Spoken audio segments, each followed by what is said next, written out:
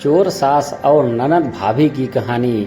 भाभी माँ, ओ भाभी माँ, कितना ले जाऊंगी, बस हो गया।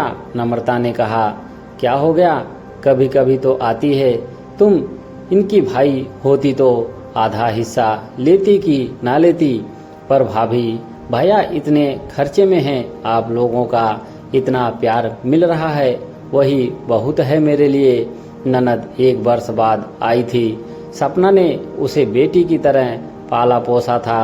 हालांकि सपना की सास कभी नहीं चाहती थी कि बेटी अपनी भाभी के संपर्क में रहे, पर बेटी नम्रता के व्यवहार से भाभी की बेटी ही बनकर रह गई थी।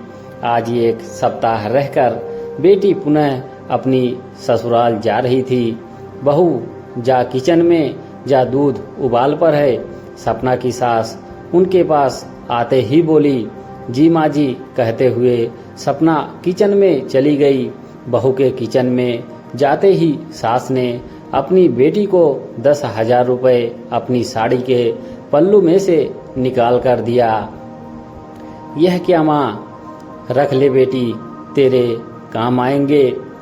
पर माँ, तुझे ये मिले कहाँ, आपकी कोई नौकरी तो है नहीं। अभी भैया को छुटकी के स्कूल की फीस भरनी है, उन्हीं को दे दीजिए, अभी उन्हें इसकी ज़्यादा ज़रूरत है। नहीं बेटी, तुम्हारे पापा मुझे कंगाल छोड़कर नहीं गए थे, रख ले। और जबरन बेटी के हाथ में रुपयों ठूस कर चली गई। बेटी नम्रता को पिछले महीने का भाभी का फोन याद आया। भाभी बहुत परेशान थी। भैया को सैलरी मिली थी और उसमें से 10,000 रुपये घर में से गायब हो गए, बता रही थी। उसने सोचा, वह हॉल में से मुस्कुराई और किचन की तरफ चल पड़ी। अच्छा भाभी, मैं चली, और हाँ, यह 10,000 रुपये अभी सोफे के नीचे मिला है। मेरी जूती उसके नीचे चली गई थी। जूती तलाशने में यह भी मिला। शायद यह वही रुपया है जिसके विषय में आपने फोन किया था। सपना की आंखों में आंसू थे।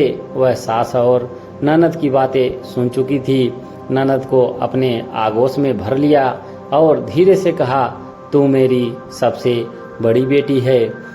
ननद भाभी दोनों मुस्कुरा पड़ी। सच है, जीवन का यह भी एक सुंदर रूप है। दोस्तों, बदलते रिश्ते की कहानी कैसी लगी, कमेंट बॉक्स में जरूर बताएं और चैनल को सब्सक्राइब करना ना भूलें। आपको ऐसी ही इंटरटेनमेंट से जुड़ी कहानियां आपको हमारे चैनल पर मिलती रहेंगी। चैनल को सब्सक्राइब करना ना भूलें। आप सभी का धन्यवाद।